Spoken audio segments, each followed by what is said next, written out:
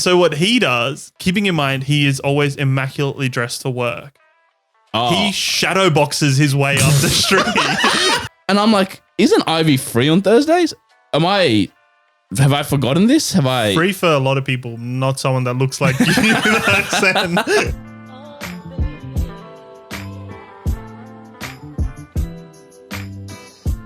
Welcome back to Critical Banter, the podcast that brings the Friday drinks chat to you. This week's episode, a classic episode. We've got Bull Slut and Top 5s. But before that, to wrap the week, we got me and Miguel. We have Senny. Yo, and to join us today, we don't have Rohit, but we do have a man who's also called Ro. Welcome back to the pod, Rohan. It's been a while. Yeah, good to be here. It's been a year and a bit. It's been a year and a bit. Your third overall appearance. We forget the first, though. What first one? Yeah, exactly. So you joined us last year, and now you're back again. And last year when he joined us, you know, he hit local fame. What was the segment we did? Oh, yeah. Okay. Sydney versus Melbourne. Sydney versus Melbourne. That's right. Yeah. Okay. We put up a video saying that making friends in Melbourne, because you were living in Melbourne at the time, and the whole premise of the video was making friends in Melbourne is easier than Sydney. To be fair, I think that's a reasonable take. Apparently not, because that video did absolute numbers, and we were getting comments be like, "Oh, you guys are just losers who don't know how to make friends." Blah blah blah. This, that, and whatever. Did you ever get recognized for it? I got recognized both in Sydney and Melbourne. That's the dream, baby. And it was I think because people knew this podcast was based out of Sydney, and people in Melbourne who I kind of knew would come up and be like, I think this guy looks like you. And I'm like, oh, no, that is me. Did anyone come up and give you hate, or is it all just, I recognize you from? Yeah, all just, I recognize you. In fact, people in Melbourne were very nice. People in Sydney just pointed it out, like, oh, why are you saying that? Do you think we're not friendly? And I was like, no, not that. Just that it's easier. But so did the video hold true then? If the Melbourne people were nice and the Sydney people were a bit hostile? I'm not going to say that just because I don't want to deal with more comments. I was actually with you at an industry event, so I was standing next to you, and people were recognizing you and not me. And I'm like, this is mental. But it's always good to have you on. I feel like you always have some very niche and interesting stories. You were telling you had one. I wanted you to tell one story, but you said you've got an even better one. So tell us that one. All right. So a handful of months ago, I've moved in with a couple mates to the inner city. Our street is kind of weird in that, you know, for 50 meters of it, it's kind of very normal yuppies. Then you get to, you know, another strip, and unfortunately kind of there's a bunch of like a little area where there's a number of homeless people, and then you go another 50 meters and it's beautiful, kind of on the water. It's an interesting mix of people. And unfortunately, there's kind of a lot of people there's a lot of drug users in the area. And yeah, you're living with one. We don't talk about that, not publicly. But anyway, kind of it's mostly safe, but I can imagine kind of late at night, it does feel a bit, or can feel a bit sketchy. Yeah. So between me and my housemates, we've all come up with kind of techniques if we're walking home late at night to feel a bit more safe. For me, if it's kind of, you know, midnight or something, I'll walk down kind of past the sketch areas and I'll whistle.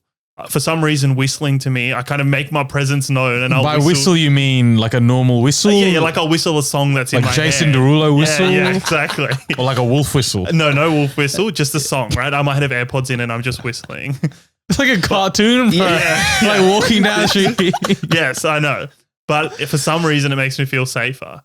My housemate has come up with a different technique, which is be crazier than the other people. And so what he does, keeping in mind he is always immaculately dressed for work, he shadow boxes his way up the street and makes the breathing noises. Like he'll go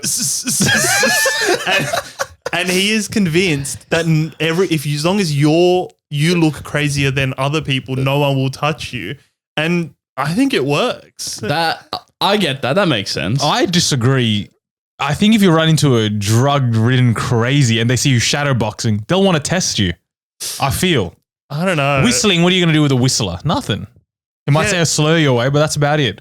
I reckon if a druggo sees someone shadowboxing, they're going to want a little bit of that, man. Also, can I just add that why do you need to whistle, bro? You're like 6'4". Which crazy guy's coming up to you? And boxing training. The shadow boxer guy is also a ripped Adonis, like Ashton Hall-esque. He'll be very happy you called him Ashton or less. I don't know. You never know with, You guys are actually the least amount in danger, dare I suggest. Yeah, you're probably right, but got to take the precaution. So have you seen him do it in real life? No, but I've noticed. So how do you know he does it? How do I know he does it? Because I'll be sitting downstairs and it'll be like 11:30 midnight. I'm watching the TV. It's like, I know it's like 9 degrees outside. It's freezing. And he'll come back dripping in sweat. And it's like, what have you been doing? Oh, yeah, of course. Shadow boxing for 150 meters. On the I street. thought you were going to say you've been sitting in the living room and you can just hear in the distance just like coming up the street. Oh, God. That's pretty rare, I have to say. Yeah, what about your third roommate? Does he have a strategy? No, but I think he kind of probably the biggest of the lot of the three of us. And he just walks with confidence. There's no need for that. There's no need for the hand gestures. No, I think he hasn't come up with a strategy yet. There's no need. He's naturally intimidating. Yeah, I think that's right. Would you have a strategy, Sani? I actually like the the crazy strategy. I think it would work. I think it absolutely works because no one is going to come up to you if you look like the threat. You need, because as in the thought is someone's going to come up to us and like mug us, right? There's no real fear other than that or hurt us, but probably for some reason. If you're crazy, no one's coming after you. For sure. No. But then, by the same token, no offense, but your whistling is not stopping anything, bro. You're still getting shanked. I think you're right. But in my head, it's announcing my presence to the world. I think that's the path I'd go down as well, sadly. By doing the least masculine thing that is whistling. What do you want him to do? Sing a solo or something? That's why the shadow boxing, man. You gotta know, let them know what's up. Maybe from now I'll try the shadow boxing. Try it. They'll see your reach and they'll be like, shit, gotta stay back. Also, about 2 seconds before we started recording, you grabbed my shirt, you pulled my shirt up, and you looked at my pants. Hey. You were looking at the brand, but what I thought you were looking at was, do I have side adjusters on my pants? So, Migs, do you know what side adjusters are? Hypothetically, no, I don't. All right, so you're on suit pants. Typically is where you see them, suit pants. So you normally have your suit pants, and then you have like the belt buckles, right? And the loops, the belt buckle loops, so you can put a belt through it. So for us who don't like wearing belts, what you can do is you can make them without them. And then all they do is have a little side. I don't know what like a buckle, like a buckle on the side, and all you do is fabric, correct, and you just pull it to tighten it, and that's all you do. You don't need like a drawstring, similar concept, kind of. Not as simplistic as that. Yeah, it's like a bit of fabric with a buckle, and you pull it, and it's meant to cinch together the excess fabric on the side. Okay, gotcha. And it tightens it. So when I went to Vietnam earlier this year, and I went and got some beautiful suits made for well under retail price. Shout out to those hardworking Vietnamese guys who turned it around in 17 hours. Do you know their name? Nah, but they were in a warehouse somewhere working well into the night. And I specifically asked for side adjusters because I'd seen around the office last year, a lot of people were wearing them. And I'm like, oh, well, I want to jump on the trend. And so I got lunch with Rohan maybe a couple of weeks after I came back and I was wearing him. And then him and actually the shadow boxing roommate was also there. And they both saw it and they were also telling me that they also whipped out their side adjusters and showed me. And it turns out that you guys actually have a weird obsession with side adjusters. You guys don't only wear them on suit pants. Yeah, look, I am kind of being influenced by my housemate on this, but obviously suit pants is kind of the norm. I think it also kind of shows that you got them tailored because they don't do that much tightening. And so they've got to be kind of fitting all right before you get them. They just do a little bit. Then we move to kind of non-suit pants, but still like chinos or kind of quasi-suit pants. I think that's normal-ish because it's workwear. Sure. I think that's fine. All right. Then we've gone to casual wear. Brother. Which, for example, includes a pair of shorts from Venroy that have these side adjusters. Most recently, and I think potentially the most extreme, I've been influenced recently to get board shorts with side adjusters on them. See, this is where you lost me. What happened to a good old-fashioned drawstring? What's wrong with that, Ro? I have no idea, but there's some special about the side adjusters. So how do they feel different on hip? If anything, I feel less secure. It's actually a bit at the beach, especially like somewhere where you're getting like waves hitting you or something. They're definitely not as secure as a drawstring. So where did you buy the side adjuster board shorts from? So I got them secondhand, but they're only one brand that I know that does them, which is Allabar Brown. They're $500 or something absurd for board shorts. $500 that are less secure than a normal pair. Exactly. So did you get you have to get them tailored, like you said. So I luckily kind of am like a normal off the rack size. I'm not in between sizes. Okay. My housemate has had his boardies taken in so that the side adjusters can work. Do you ever take a step back and just think like, what am I doing with my life right now? All my money. Yeah. Why do I not just go to a normal board short store and buy a couple off the rack? I don't know. 3 for like 100 or something. I don't know the price, but better than 5 racks. Something about it. And no one else on the beach has side adjusters. Have you gone for a swim in them? I have. I've gone a few times. They feel good. They feel good at least. Like they feel fine. Oh my God. Boardies are boardies. Except the one thing that is exceptional is like if you're in the beach and in the water and your drawstring comes undone. The natural, like you've got to sit there or, kind of in between waves and try to tie this thing. Don't have to do that with side adjusters. Just a little. Bro, this is like all those companies are trying to make a customer problem that doesn't exist. They're trying to create a solution for a problem that doesn't exist. Tying your drawstring takes like 5 seconds. Yeah, pulling the side adjuster takes 1. So there's a. Where do you draw the line? So he clearly doesn't, bro. You're wearing like what, active wear right now, I would say? Loungewear, yeah. Would you get side adjusters on those? If there was an option, bro. Look, I'm not saying no. No, I wouldn't. Not on activewear, not on kind of loungewear, but I think I've hit the even boardies. I must admit was a bit far. I think that's probably I think I've crossed the line. If anything, You've crossed the line in many areas, brother. To be honest, when I wear my suit pants with the side adjusters, people at work are like, oh, the trend's going to die out soon. People will be back to wearing are belts. they on the outside of the pants? Yeah, they're on the outside. Oh, I thought they were the So you can see inside. it. no, you can see them. Right. On the outside. Are they easy to see? Yeah, because if you've got a shirt tucked in, Correct. Right. like which you probably would with, especially You suit definitely pants. would, yeah. If wearing the jacket, it's covered somewhat. Yeah. Right. But it's not got belt because from the front you won't see any. You won't see a belt in the first. I don't normally look at that area, bro. So Yeah, that's I can't normally tell. once you get on the side adjusted trend, you'll start looking up. Dude, you and your roommates are so eccentric and idiosyncratic, dude. The amount of Do you want to talk about keys in the house Rose would be- vitamin C showers? I haven't heard this. What's this? This is look. his favorite part of the day. at my gym that I've been going to for Shout him out. You shout about it every single time. Might as well. one playground. The one one of the new ones in Surrey Hills that's called the Urban Oasis, which is their like wellness, and then they've got like a Pilates studio and a yoga studio. Oh, it sounds delightful, actually. Yeah, it is really good.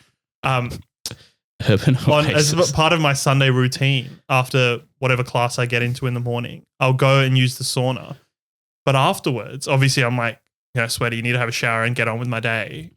Before I have my main actual shower, H2O shower. Well, the other one, before I hit that shower, the one in the change room, Golden shower. not a god. Well, there's a vitamin C shower, which apparently is water infused with vitamin C, which is meant to be good for your skin. Okay. What I have been told by some people is apparently you can't stabilize vitamin C to the point that you can put it in water, which is why like we take tablets and stuff, vitamin, but you can't just like put it in water. And yet, do I do it for 3 or 4 minutes every Sunday? Absolutely. So it's like normal water that has vitamin C. Yeah, it's not orange juice or like something like you're that. not showering on orange. Can you, does it smell different? Does it taste different? Well, I haven't tasted it. Give it a taste tomorrow. Surely it smells different, at least. I don't think so because Bro, it's coming from the same pipe then. Yeah. I'm sorry, it's coming from the same pipe. I don't know, but I Do you feel any better, or does it? Can you see any difference? Well, you told me this morning that I was glowing, and that's I think from weeks of vitamin C showers. I don't know. It's part of the routine. It's 3 minutes. If it does have benefits, why not? I'm not that busy. 3 minutes won't hurt me. Why only 3 minutes? Is that the recommended? No, just because after that I'm like I should go have a proper shower. Dude, you are a white girl stuck in a 6'4" brown guy's body. Honestly, You big on matcha?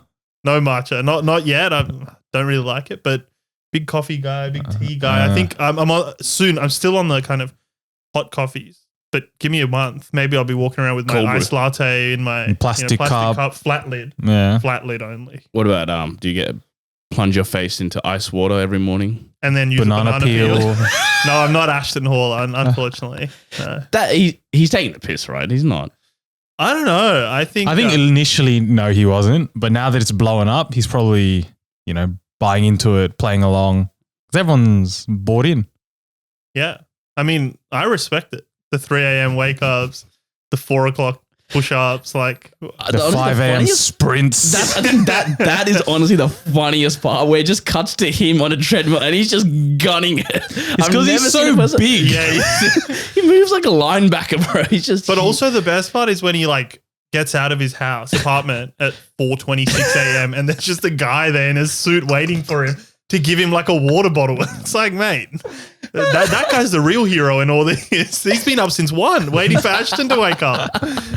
Oh my god! Thoughts on Liberation Day during the week, Ro?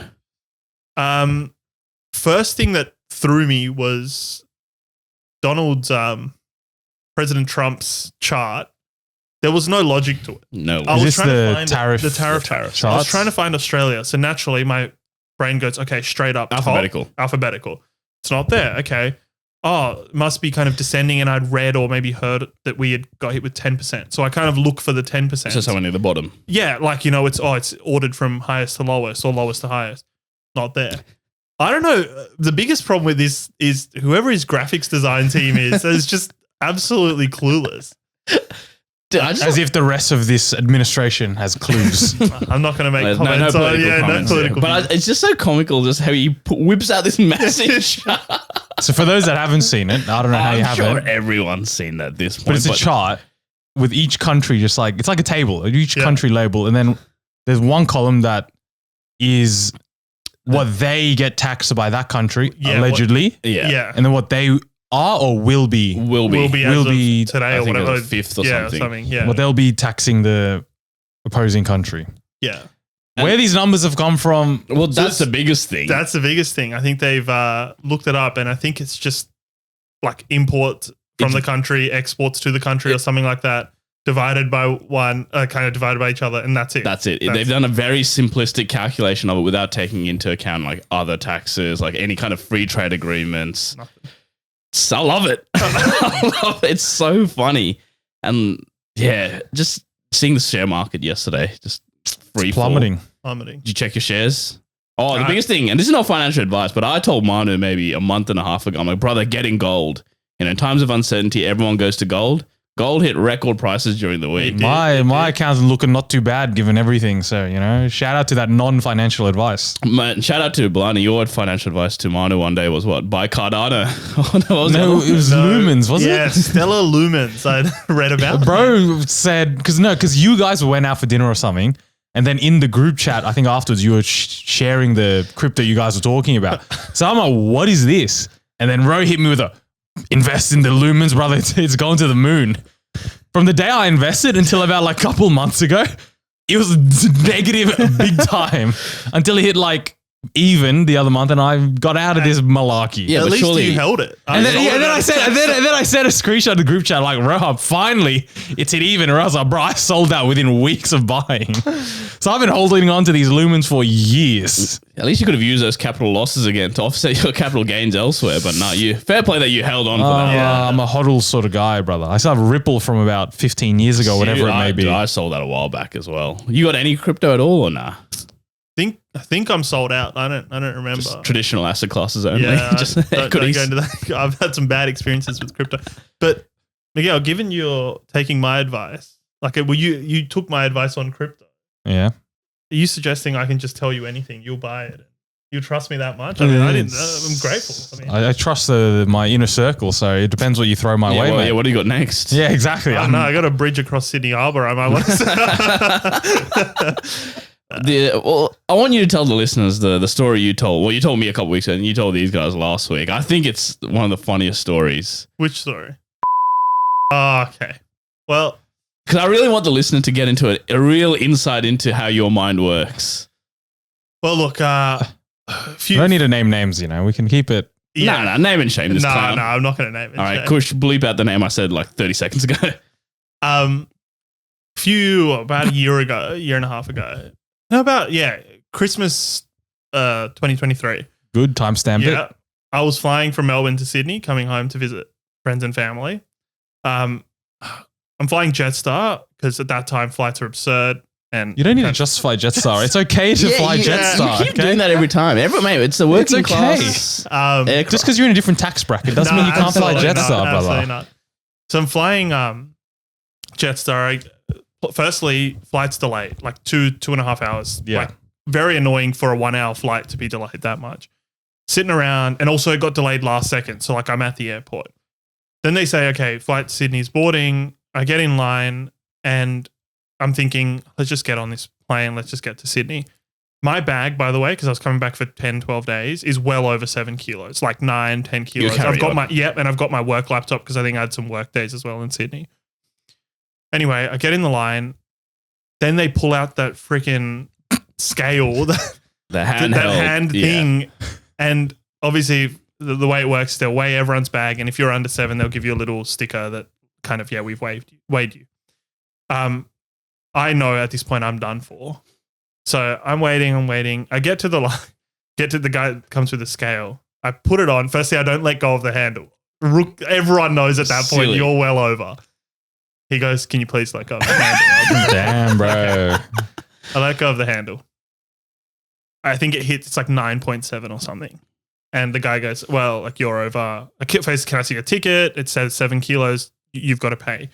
That, keep in mind, I think that kind of penalty at the last minute is $70 or something, which is like not that much less than the actual fare. Is that a like set amount or is it a scale? So if you're only 2 kilos over, it's like X, and then if you're 10 kilos over, anywhere between 7 and 14, I think. Oh, fuck. So you might as well just take 4. I know. Anyway, So then this random guy behind me, never met him before in my life, big unit, puts his arm around my shoulder and goes, like roughly my age. He goes to the guy working, oh, he's my mate. Like we're traveling together. I'll take it. What a hero. Absolute hero. Legend. And before that, the guy's like, oh, like, nah. Sorry, once he says that, the guy's like, nah, you're not allowed to do that. And then this guy goes, mate, it's Christmas. Stop being a Grinch. I was like, damn, that's incredible. Something out of a movie. Yeah. So this guy's tried to take my baggage because he's just got a backpack. So he must be like. So the way it works is you would be able to technically share 14 kilos between us, two and people. he's got nothing. Like he's got a backpack that's empty. Gotcha. Then the guy But goes, a massive heart, huge heavy Heart of heavy gold heart, type shit, bro. They weighed that. That's excess baggage from Jetstar. Hundo. But anyway, they go, like the guy goes, no, you can't do that. Not allowed. Because you're not traveling together. You're not on the same ticket. And I go, I know that's not true. Yeah. Because I have done this with mates. We fly on separate tickets, same flight. We just, between 4 of you, you're 28 kilos, whatever. He goes, no, you can't. I go, I want to speak to a manager here. You're a Karen. Absolutely Karen. So you said you want to speak to a manager. Yeah. All right. And then, like those words came out of your mouth. I think I said I want to speak to your supervisor. Yeah, same thing. Yeah. Same Then his haircut slowly turned into the fucking Karen fringe. Anyway, the guy goes, oh, yeah, no worries. Brings a supervisor across who says, oh, no, that's the policy the AFP have said. Like, you can't kind of hold someone else's baggage. The AFP. How is this a AFP, police matter? Australian Federal Police. What's And it to the police, man? No, I kind of get it because I guess I could be like if I was carrying something illegal. This whose bag is it at that point? Like, is it his bag? Is it my bag? This random. But I go, then I say, oh no, but he's not like a stranger. He's my friend. Yeah. Keeping in mind, I've never met this bloke. And the guy goes, yeah, we're mates. And then the first guy who weighed our bag goes, oh, how long have you known each other? And I was like, what the heck? And the guy, I kind of froze. Yeah. But the guy behind me goes, what's it to you, man? Like, Yeah, good. like, we go way back. Yeah, And I was like, damn, this guy's incredible. He's just like, I guess he was just frustrated and kind of having fun with it. Probably Yeah, bored from the delays, man. Yeah. Anyway, the supervisor says, I'll call over the federal police and we can work it out. At which point I go, I'll just pay the $70. I'm not dealing with the cops. What's the AFP? So I pay the $70, finally get on my plane, get to Sydney. Then I've got to go home and it's pretty late in the night at this point. Like I think we got the last flight into Sydney. Get on the train, which is an hour-long train to home, and decide I've got nothing but time here. Got nothing but time. What I'm going to do is get on my phone, write a long complaint about this guy, saying things probably putting a bit of mayo on the story, as you must. And a couple of days later, got a call from Jetstar saying they're going to launch an investigation into the incident. Wow. And we are so sorry for what happened. And here's your money back. And I said, sorry, here's a credit, like a gift card worth $70 or whatever I paid. Oh, decent. At which point I said, I'm never flying. Part of my complaint was I'm never flying Jetstar again. Fair enough. They threw me a gift card. 3 days later, booked my return flight using the gift card. Free flight back to Melbourne. Oh my God. Because wasn't it as well, this guy was sort of not giving you his name? Wasn't it the whole thing? Yeah, he wasn't. He was like giving me trying to hide his ID card. Yeah, so I asked him for his name because You I want to wanted lodge to put it in it. the Yeah, complaint. Because I think always like that makes the difference. It makes it legit. And from their point of view as well, they might just be like, it's not worth it. I don't want my name. But right? you name and shame. So he hid his name tag, like he put his hand over.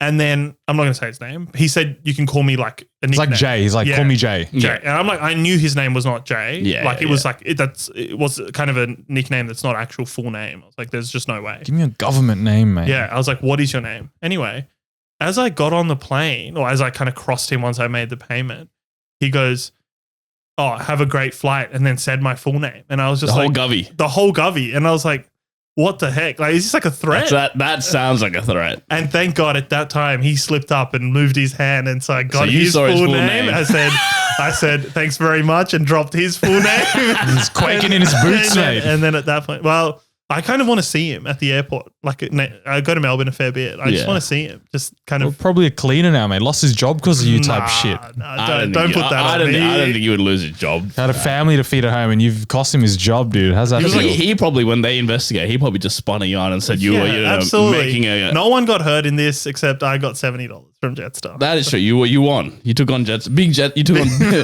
big airline and won. Exactly right. Exactly. How many times have you flown them since? Oh, plenty. 10, And how many 15. times have you carried on something more than 7 kilos? So now I've learned the hack, which I'm happy to share with your listeners. Please. So if you get to the gate, you'll see, even if they're not holding it, like that scale is on wheels. So they have only got, let's say 5 and they've got 10 gates. So they'll just randomly pick a gate and they'll say, yep, we're going to weigh this flight. If you see it and you're over 7, take whatever, like for me, it's always a laptop. That's like 2 kilos. Take the laptop out, take a jumper or whatever out, put it on a seat. Go up to them willingly before they've started going around. Say, hey, I'm so sorry. I've got to use the bathroom and I don't want to like hold things up. Can you weigh my bag? They'll be like, oh yeah, absolutely. Like you're making our life easier. People are not. They'll weigh it. It'll be 6 or whatever. They'll give you that tag. Go back to your seat, put the laptop and jumper back in, get back in line, and you've got the tag. You're done. Genius. Pro tip if you want to hack Jetstar. Yeah, go surrender yourself. Let them take you. And I assume you've done that now multiple times. Multiple times.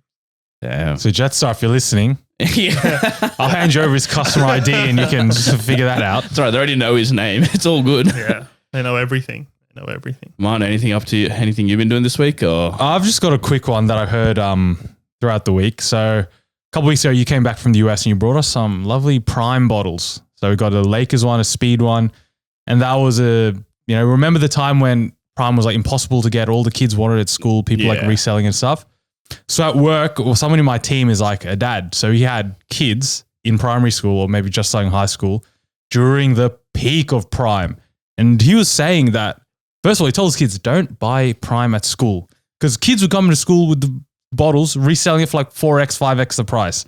But what he was saying is it got to a point where the kids who had the full Primes, they were getting the lid, filling the lid with probably 15 millimeters of Prime and selling that for $5 a pop. like a shot. Yeah. So they were selling shots of Prime for Half shots as well. 5 whole Australian dollars. Dude, these To be a kid, this economy, man. Entrepreneur Dude, how type do these shit. kids think of that shit? And people buying it because everyone wanted it. How crazy is that? To be fair, this is their version of us, like trying to scam people in the Wildy and RuneScape, or like trying to scam people Yu-Gi-Oh cards or Pokemon That's cards. all This is- virtual. That's No, real Pokemon cards are real. This Right, is their yeah. version now. This is diabolical. Can you imagine going to school, going probably the back of the basketball course? Oh yeah, give me a sip, sir. And then you hand them $5. Drink the lid. You reckon I could do that now? Just walk around and try and get kids to. Oh, Well, let's not delve into. Not with your restraining order. No. That's all I want to share. That's crazy. Yeah, that is mental. Did we have anything similar like that in our school? Trying to think. I think things were just getting flipped on the I playground. remember one guy was selling Ritalin. Oh, yeah, That's actual things. He was, I think he was selling him $20 a tablet or something. I don't think we had. Which is genius, by the way, because he had a prescription for it. So yeah, he had like ADHD. He was getting him, yeah. So he actually had ADHD, and he was getting him cheap, and then he was selling him to people who didn't need it, and he was selling him for like maybe $5, $10. So instead of treating himself, he made a quick buck. And again, I'm all for it. What were you gonna say, Ro? Yeah, I think it's because did we have like this level of like influencers making? No, it wasn't a food thing and back drink then. stuff. Nah. And then also, I feel like even if there was, we wouldn't have heard about it and been like, oh crap, we can get it from the US, like someone get it from America. But yeah, it's a different world, I reckon. Completely different world. I didn't have $5 to waste on a sip, man. I had to get a small HSP from Castle Towers, man. Zoltan kebabs in Castle shout Towers, out. mate. Oh, Pizza Hut, $3.50, mate. Small pizza and a drink. Dude, that was a cracker deal. I don't know if you ever saw that one at Towers. There was a Pizza Hut. Personal pan pizza. From 3 p.m. to 5 p.m., you get a little pizza, 4 slices only. Personal pan pizza. Plus, you can get potato gems or a little half garlic bread for $3.50 and a drink. This reminds me. Is also, that not a No, I cracker think the garlic deal? bread was an upgrade. I think that's $5. Oh, But the drink of the piece was $3.50. Still, and the $3.50. gems. You got the potato gems. I remember that. But this reminds me, like I used to eat like that in school all the time. Every day. And like now I can't, like I feel like crap if I do. But I have noticed, hold on. Are you going to accuse me of eating like crap still? Oh, I was going to tell the story that you told me a few weeks ago where you bought flappies. Oh, no. What's this? I'll get to that in a sec. All right, finish your point, then get to that. This is just like, I just remember being able to eat anything and being fine. And I've noticed it now when I walk into work. There's a bunch of school kids going to school. I think one of the private schools around us. And I've literally seen kids at 8:30 in the morning pumping a whole pizza, a Monster, and like some like bag of lollies. And they're just fine. They can just go like, yep, this is just normal for them at 8 o'clock in the morning. It is actually I'm going to have stomach problems if I ate that. They're being said- growing kids, mate. I saw a tradie the other day. I went to go get a coffee. So this was like 10 a.m. A tradie had a foot-long Subway, an oat milk, and a durry. And I'm like, dude, this guy says priorities, man. But yeah, you were telling me you got flappies the other day, Ro. Yeah. So Fried chicken place.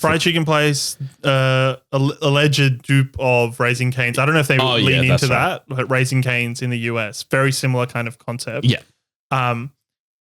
Anyway, I had it a while back and like thought it was like fine, like it was like good, but nothing special. Like yeah, sure. And the other day I went and I was like, oh, look, it's a Monday, not feeling my best. Let's just go, let's get a little. Well, you need to pick me up. So you need to pick me up. But treat myself. As you should. Yeah. As is your right. Yeah, on a Monday at lunch. Is this lunch? Lunch, Okay, yeah. So I get a meal, whatever it was. I can't remember. A couple of tenders and fries and stuff. And then go, all right, smash it. No worries. Get back to my desk. Half an hour later, I'm like kind of working and get an email that essentially is like, oh, my evening's going to be like ruined. Like it's going to be it was the opposite. That I thought my evening would be ruined. It's now like they don't need it anymore, this piece of work. But for some reason my heart like dropped and I was like, this is weird. This is sometimes what I feel when I'm anxious. Yeah. But this should be the opposite of anxious. Like You're free. I'm free, right? Like this is a good thing, isn't it? And then 5 minutes later happened again. And then 5 minutes later happened again. And then I started feeling sweaty. I was like, this is like a 12-degree day. The office aircon is absurdly cold always. I'm like, oh, something's gone wrong here. Something's gone wrong.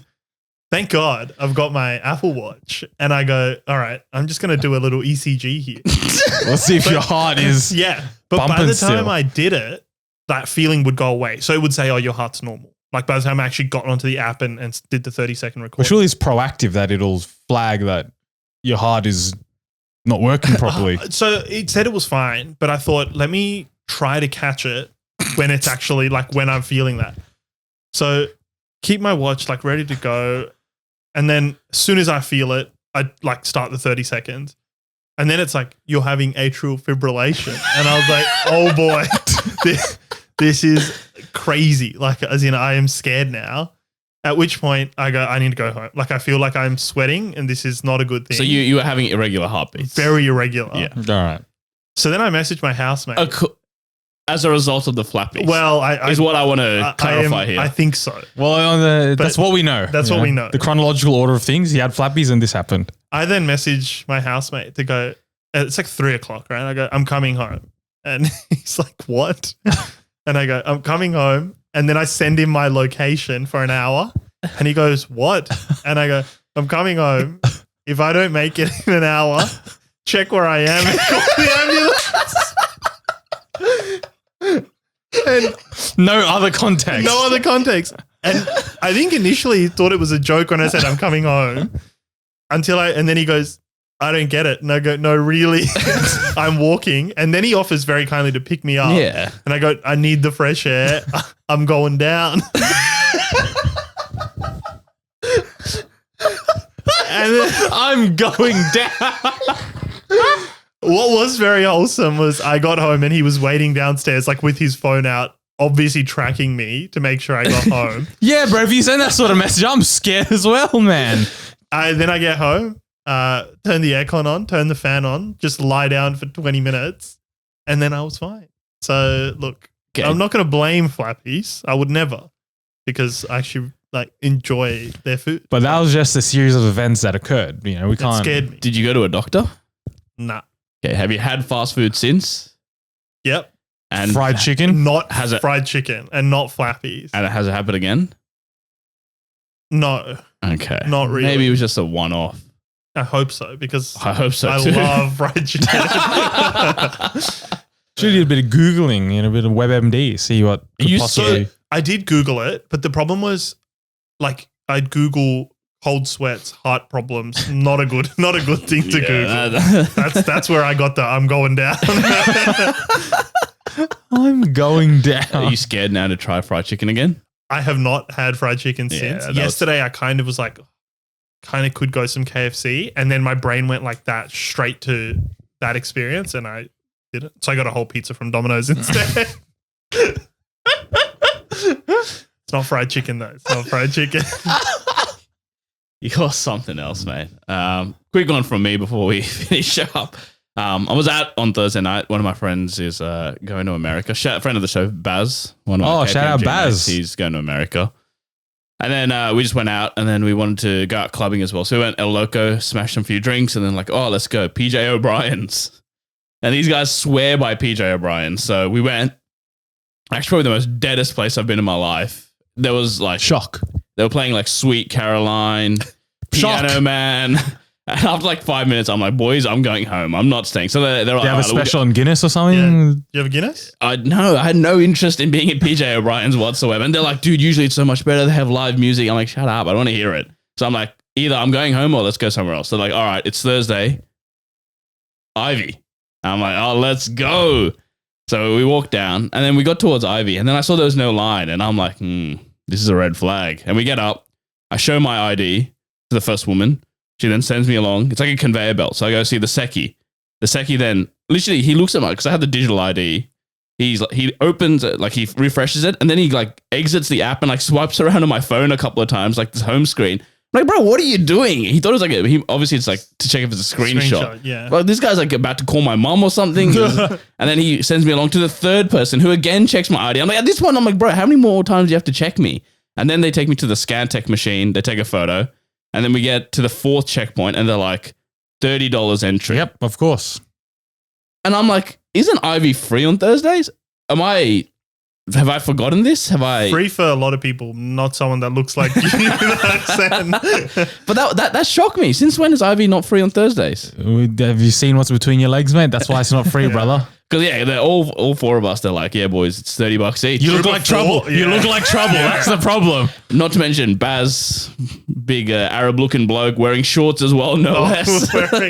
Yeah, no. So they told us $30, and I said, yeah. No, You know the golden rule, mate. You need to figure your ratios before you get in line, brother. But then we went to Jimmy's rooftop instead, which was actually delightful. That was Yeah. quite nice. I haven't been. I've heard good things. Oh, well, I also wanted to go to level 6 Ivy, which is like the hedonistic section apparently, where the waitresses offer other services. And Apparently, one of my mates has been up there. One of your mates. Yeah. I haven't been. No, So you've heard someone, because you need to be a member, or it's like the SCG. Either you need to be a member or you go with the member. And so my mate, one of his clients is a member, and took him up there. And A member of what? that I was too scared to ask, but I think it's a member of Ivy Maryvale, level 6 particularly. I don't know, but that's where all the I've never heard of things this. happen. All the things that you saw in the AFR and like the papers about Maryvale a few months ago was about Ivy level 6. So that reminds me, I very quickly have was at a event, like a corporate event, and it was, I think, at Ivy level 6, or like they converted, because I know maybe it was a different level, but I know that the bathroom, just as an example, was open. Like it wasn't a door, and there was a bathtub there. So I think this is level 6. Okay, yeah, that's level 6. Because he was saying they have an open jacuzzi and an open shower. Yeah. And I'm like, what do you mean open shower? And the thing that's wild is this was a corporate event, men, women alike, and it was just like you would essentially have to find a random corporate guy you've met. Like, hey man, I'm going to the bathroom. Do you mind just like watching? Like turn around and make sure, be like, no one come anywhere near this. But then afterwards, they had booked a booth at the Ivy, and I don't think I've been to the Ivy since a long time ago. It's not something like, yeah. Anyway, we all go, keeping in mind, again, corporate event, a bunch of suits, mid-20s at the earliest, the youngest, kind of mid-late 20s, early 30s. We all go down, we all get escorted by the Maryvale staff to this booth, and I was like, look, kind of I'm tired. It's a Thursday. Not keen to be at Ivy, let alone in a full suit. I remember you messaged me that night and asked me if I was in the city, if I wanted to come to Ivy, and I said no, brother. But the guy who invited us was like, nah, please come for a bit. And I said, okay, fine. Like he's organized. I'm happy to go. Went there. I was like, it feels like the music they're playing is very new. Like I haven't heard a lot of this music. And then I look, and we're in a booth right behind the DJ thing. And then I see the like LEDs around the thing, and it says HSC you later party. And I was like, oh boy, that's I'm out of here. You can't see that and stay. Yeah. Respectfully. I was like, what is going on That's with this? weird. The corporate event's gone mad. I don't know. It just happened to be at the same time as this year 12 What a leavers party. Coincidence. Well, I was gone as soon as I saw that. Just quickly as well, before the actual last one, we went to El Loco on Thursday. Bro, apparently they do. So I looked around. There was our table, a couple of Asian, brown blokes, like white people, and then I looked around. Everyone else there was like 6 foot, blonde hair, blue eyes, men and women alike. Turns out it was Danish night, and it was just full Denmark people there. That's niche. It was so niche, but apparently it's so popular. Like everyone, I swear to God, everyone in the outside area of El Loco was from Denmark. Big up. Is this because wasn't there that story about some like prince and princess who met at El Loco? What? Yeah. Oh, I'm going to have to look it up later. But I'm 99% sure there was this story in the news. I think they might be the Danish, like prince, princess, something like that. Copenhagen type shit. Yeah. Or maybe it was like one of them is a royal and the other one's not. They've met at El Loco. So that could be the reason. Because the Danish, there's no relation to famously Mexican food El Loco. Yeah, no. But I think that could be it. But yeah, I was in the line to get beers, and I just saw this Danish guy. I asked him, teach me some Danish words. And he said something, and then his mate laughed, and the guy left, and he leaned over. He's like, he just said, suck my penis in Danish. You just said some Danish footballers at him then. It's just true. So it's good to know that male humor is the same everywhere around the world.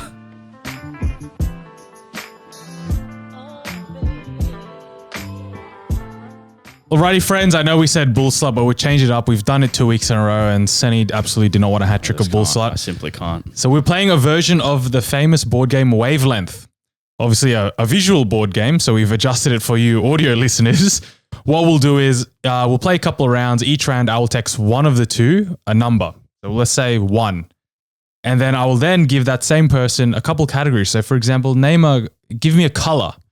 And then, for example, Sen will have to do his best efforts to name a color that he thinks resonates with 1 the best. I see. Then we'll do about 5 of those, and then the other person will have to guess what number they think it is. Make sense? Makes sense. All right, Senny, I have texted you the first number. Okay.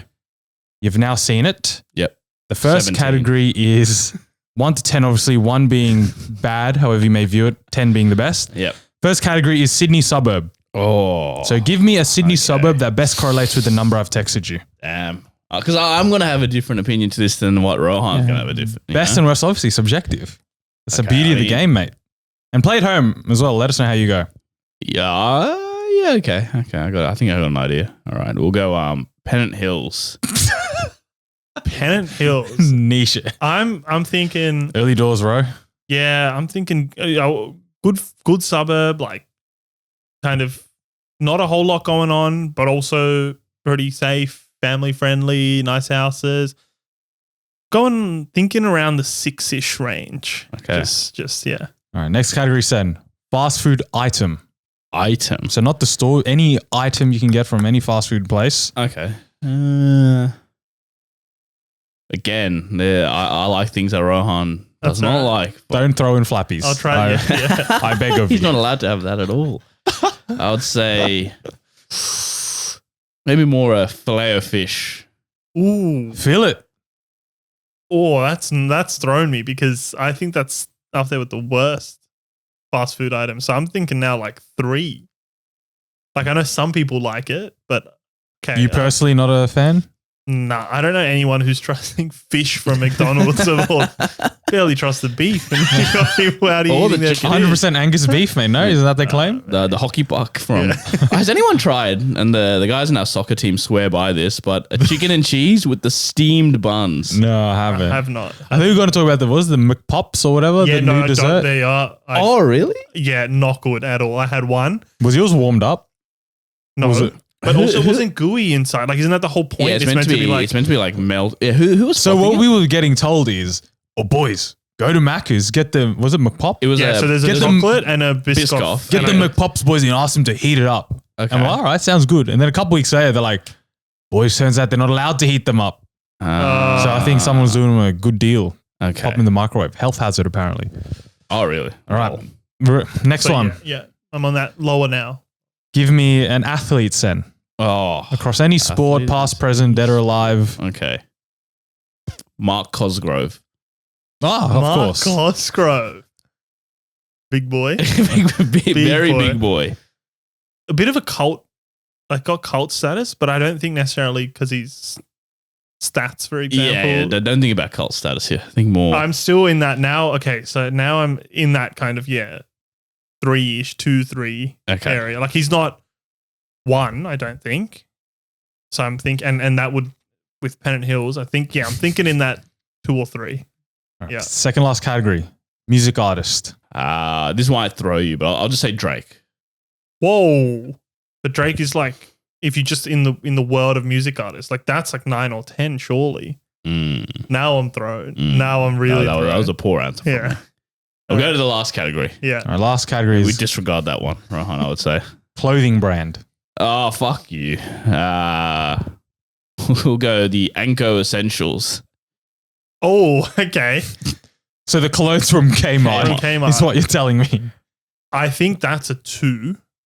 And so I'm gonna. Can I lock in? Do I lock in a number now? Lock in, so I'm thinking for some reason Pennant Hills. I don't know what Sen has against Pennant Hills. So what does he give you? Pennant Hills, he's giving you filet-o-fish. I agree. That's a 2. He's giving you whoever that freaking... Mark Cosgrove, 2. Yep. Drake. That's way off And the then mark. Anko Essentials Which clothing. is 2. Like if I didn't have the first or whatever, first and fourth, the other 3 very clearly I think are 2. So I'm just gonna ignore The Sen's outliers. views on Pennant Hills and Drake, and I'm gonna lock in 2. 2. What was the number, Senny? It was 4. 4. And with Pennant Hills, I was trying to find, because I was trying to find the most middle of the road suburb Yeah, that's- possible. So I was and I trying to went- anchor you on 5 and then work you down from there. I was going 5 actually. I was thinking You 5. then threw me 6 and for then Pennant I Hills. I'm went- like, well, fucked here. Yeah. And then I thought, I'll just get things just below like mid-level. So Yeah, like filet of some- fish. Drake though. Drake was horrible for me. That was bad. I'll put my hand up. But I couldn't think of a mid-level artist. No, that's fair enough. We got close. It was not bad. All right, we'll go next round. Rohan, I've texted you a number and Yep. we'll use the same category. So the God. first category is Sydney suburbs. Darlinghurst. Okay, well, I know Rohan absolutely froths Darlinghurst, so I'm already thinking like 8, 9, 10 right now. Okay. All right. Next category is fast food item. A Zinger burger. Add supercharged sauce. Okay, forget 8. I'm thinking this is 9 or 10. This is right up there. There's simply no better Wait, and the pepper mayo or just supercharged sauce? Just supercharged sauce. Okay, so I'm now thinking, 9. 8 could maybe still be in here. I think 10 is add supercharged and the pepper mayo. So I'm thinking 8 or 9, leaning towards the 9. All right, now we're going athlete. Sam Kerr. Oh, okay. Yeah, again, this is solidified in my mind. We're looking 9 here. All right, musician, second last one. Music artist. Let's say Scissor. Scissor, okay. Yeah, I mean, no, excellent artist. Okay. And So last the- one. Last one is clothing brand, Ro. I know what you're going to say. I know what you're going to say. So say it. I won't give you my answer. No, say it. I know you want to say it. I've got a few. I don't know which okay. one you're thinking. I'm thinking of the pants you're wearing right now. That brand. No, I won't. I won't shout out Aloe. I guess it's just safe. Let's say Venroy. Okay. All those clues, Sen. Where are we going? This is either a 9 or a 10. I'm going to be conservative. I'll go with 9. Let me lock in 9. Rohan, what was the number? Number was 9. Let's go. And done. the thinking about the Zinger Burger was exactly, that's why I emphasized just supercharged sauce, because 10, swap the mayo for pepper mayo and add supercharged. That's a 10, if not an 11. 11. That's But beautiful. I had to Well make done. very Bravo. clear, Bravo. no Wow. pepper mayo. That's Go again. wavelength, mate. That's wavelength. Yeah, we'll do maybe One one more more round? each. One more each. Round 2, I have texted the boys a new number. We'll use some different categories just to change it up a bit. The first one is car. So give me a car that resonates with this number, Sen. Okay. Audi. Okay. Good. Very good. But it's not a Ferrari. It's not a Lamborghini. I'm not a car person, but I'm thinking kind of 7. Manu. Next category. Next category is a snack. You know what I've been getting into recently? This is not my answer, but I've been getting into Fucking here we go. the caramel hot cross buns. Not a fan, bro. You know what? I'm a fan of the Cinnabon ones. I'm yet to see them in Limited the store. edition, baby. I have They're- not seen them. Only 2 hot cross buns that are edible. If in this my guy view. says fruit, I'm going to elbow him right now. I'm very specific here. Okay. One is the one from This Way Canteen in Sydney. Where's Which is, that? it's near the Museum of Standing Sydney. on my back, It is elbow this guy. incredible. Okay. And the other one is the Cocoa Black ones, which are chocolate chip. Okay. But like the problem with chocolate chip hot cross buns generally is there's like 3 chocolate chips. Cocoa Black ones, elite. Anyway, sorry. Now, how about for ones in normal tax brackets? How about that? You know, for the I common want man. some mass-produced ones. Some Exactly. Woolies, Coles. And Don't eat them. Remember last year the Biscoff ones were impossible to get. Now they're I was going to say Heavy there on was the shelves? plenty when I saw it the other day. Has Pistachio Puppy started doing one? I feel like that's right up there. I alley. would. Yeah. I would do unspeakable If things. not, that's my I idea. will say a snack, Sen. a nice Kit Kat with it melting on your hands as you eat it and coating your throat. Oh, sorry.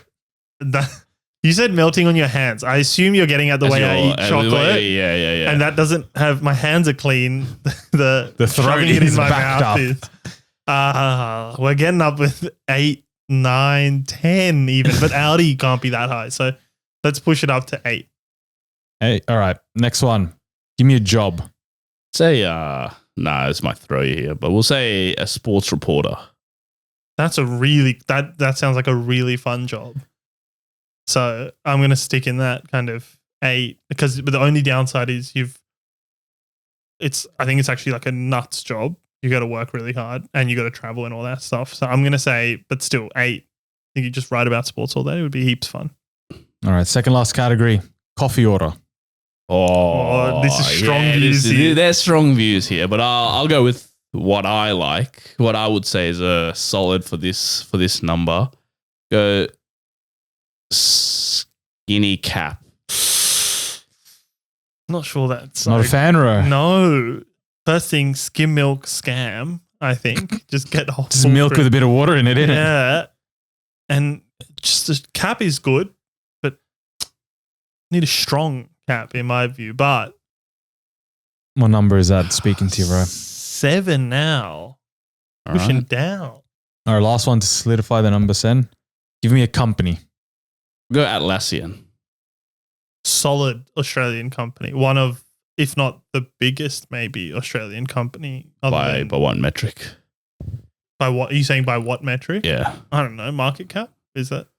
I think CBA. I think CBA would yeah, be bigger. but one of the big stories at least Yeah. from Australia. And UNSW shout out. Scott Farquhar. The Lord himself. I'm gonna push that back up to an 8. I think. I see. I would even say 9, but I'm doubtful. Miguel's gone 9 twice. That's just whether true or Bit of false. gamesmanship. Bit of gamesmanship. I'm gonna lock in 8. All right, Sen, what's the number? It was 8. Yes. Let's oh. That's look. I think the Audi pick was a bit. I mean, number was a bit. You think 8's a 7 or a. 6. I think Well, Audi's a solid 7, 8. actually, I think that's a spot on number. That's probably Let's What not do you disrespect. drive, bro? No, I don't drive much, but yeah, the car I steal from home is an Audi. All right, you get a chance to redeem the car. Last Yep. one, last round, where I've sent you a number. And the first category, obviously, is a car. Toyota. A Toyota Camry. I mean, it's the most, middle of the road car, but it's also a solid, reliable car. So that's the problem here. This could either be a really high number or it could just be smack bang 5 vanilla. You're Asian, you drive a Toyota Corolla. So just to anchor myself for now, I'll say 5, but I'm happy to deviate from here depending on the rest of your answers. Next one, Ro, snack. Those mini Oreos Oh, that you get in. that is. They come in the packet. Yeah, it's about like 12 of them in Yeah. that like little Oreo multi-pack. minis. Yep. Very specific. That is very. I About do like 500 those. They kilojoules a are pop. delightful. I'm not putting them up there as a 8, 9, 10. So again, I'm still thinking maybe 5, even 6. I do like those. I'm still thinking 5, 6-ish. That's right. All right, next one is a job. Business analyst. Well, if you ask Rohit, this is Yeah, a yeah, 1. This is a 0 Yeah, if you so ask me, 1 Ro. or a 2. Again, BA. I don't really care for BAs, to be completely honest with Have you. we figured out what they do? No one. No, I don't know. knows. And I think genuinely they do change depending on like your company and which part of your company you're in. Yeah, I think it's one of those generic terms. It's a catch-all term. So again, I'm really sticking fast with my 4, 5-ish. All right, second last one, coffee order, Ro. Your world. This Of honestly for expertise. me, this is going to be my biggest indicator. Yep. Okay. Oat flat white with 1 sugar. Okay, this is like a 1 or a 2 and no flat. Like it's bad. So I'm thinking now I'm revising my answer. You got to to remember all the components then. The oat, the flat white, the 1 sugar. Okay, I don't mind a flat white. Oat milk, much like Rohan here, I don't believe in anything that is in cow milk. Yeah. So that's No alternatives. massive detractor. And 1 sugar, bro, just go get a hot chocolate or something, grow up. So now I'm thinking maybe 4 is probably where I'm landing. 3, 4 is where I'm thinking now. Okay. All right, last one to solidify this, Ro. A company or brand. Maya. Maya is my store. Okay, so we've said BA, we said they're trash. You gave me an oat latte with 1 sugar. Oat flat white with 1 sugar. Sorry, Yeah. oat flat white with 1 sugar. You gave me Maya. You gave me Toyota, and you gave me the little Oreos. All right, I'm gonna lock in 2. Bro, what was it? Oh, that's bad for me. It was 5. I think I threw you with the coffee order. You threw me because massively with the I coffee was order. tempted to not say oat because I was like, okay, start with just a plain flat white. It's Yeah. probably like an 8. Correct. Yeah. As in just full milk, nothing added. Correct. Add a sugar. That cuts takes off- it down Takes it down 1 or 2. 1 or 2. And then add oat milk, takes it down 1 or 2. And so that Correct. was going to get me at like 4 or 5. But I think The probably sum of its, from the our sum view, of its parts, mate. yeah, and from our view, 1, it compounds. Correct. And the power oat of milk, compounding. yeah, oat milk potentially Oat milk is 3 or 4 I'm so off negative. oat milk, like, man. That's yeah. disgusting. Yeah, You're doing that's like a bad. skim milk or a light milk. I'm either skim or full cream. That's Yeah, it. Nothing agreed. else. All right, fair enough. If you enjoyed the game, let us know.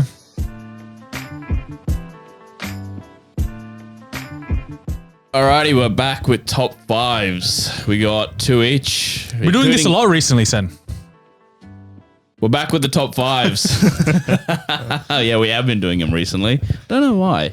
Look at our socials, doing pretty well. Bro, Anyways. you even got 2. So that's good. yeah, I We're got roping 2. our mates into this. To be fair, his opinions were very well received on the internet, so we've got to get his opinions even more That so. is true. That is true. All right, Miguel, we'll start with you. You've got Miguel. What are your top 5 Asian snacks? Alrighty, starting in 5th, I've got the classic wasabi pea.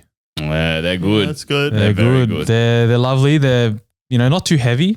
They're crunchy because a lot of snacks, you want that crunch. It's got texture. And then the wasabi is a nice little kick to it, makes it unique. That's why I've got him. The only fifth. thing is, I think some people don't like that wasabi flavor. So there was a video. Liverpool are going to Japan in the preseason, so they're doing some like marketing for it. I did see Endo and Luis Diaz And eat some Liverpool have wasabi one piece. Japanese player. They've been shoving him in all these like marketing videos. And one of the videos where they're trying Japanese snacks, and he gets this Colombian guy to try the wasabi peas, and he's like, "Nah, too spicy. I don't like it."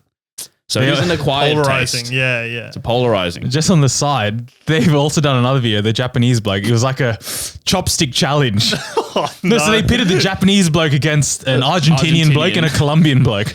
And they're coming to like beginner versus pro versus expert. It was actually how many, like in a minute, how many like peanuts can you pick up with your chopsticks and put into like another bowl?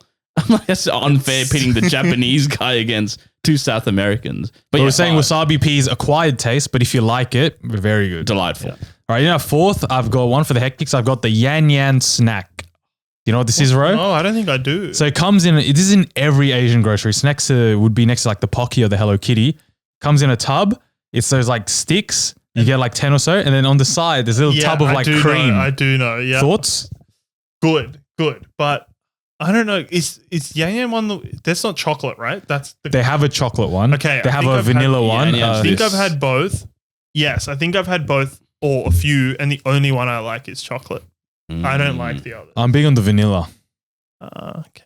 But it is an absolute delight. I put it above the Pockies of the world. I put it above the Hello Pandas of the world. I love Yan Yan, bro. It's so good. My only comment is the cream to stick ratio. I would love a bit more cream. They're a bit stingy with the cream. Yeah. Because if you get the last two sticks without cream, it's a bit of an Throw L. it out. Yeah. So this is the question. Are you, because I think there's what, like, let's say 5 sticks in there, 6, Sure. 8 sticks, whatever. Let's say there's 6 sticks in there. Are you enjoying 4 and then throwing 2 out? Or are you making the 6 work and having less cream on each? So no, so if there's 8, let's say, Yeah, there's 8. I'm rationing about 6, and the last 2 might be one for the hectics where there's a lot. I've rationed a bit too much, and there's a lot of cream left over. Okay, interesting. That to me is the enjoyable experience. Yeah, okay. Are you running out early? You I go in. I'm like the sticks of the crap pot. I will go ham. Come on, just put your finger in the cream. And like if there's 2, 3 left at the end, and I've run out of the chocolate, toss it. Let's enjoy the ones that I eat. Fair Don't enough. ration. Right. Thanks. A third, I've got another staple. I've got mochi. Specifically the ones you can get off the shelf. They come in the boxes, and there's so many different flavors like red bean, green tea, peanut, I think, all those different types of flavors. I'm going mochi. I don't care for mochi, to be honest with you. Yeah, I'm not a fan. I like mochi, the ice cream, the little mochi ice Oh, yeah. cream. They're I swear to God, if you talk about Little Moons again, I'm going to Little slap you across the Moons. head. What's a little moon? That's the brand at Woolies. Oh, okay. I think mango and passion the fruit, mango. elite. There's like a month where he wouldn't shut up about Little Moons, man. Should sponsor me because they are incredible. But sorry, no, I'm not a big fan. What about the little mochi you chuck in your yochi? The rainbow mochis. Oh, They're that's, nice. Yeah, that's They're okay. nice. I don't know. You don't about like these the off the ones. shelves? No, I'm a not big really. fan. I'm a big fan. All right. Second place, I've got Jelly Joys.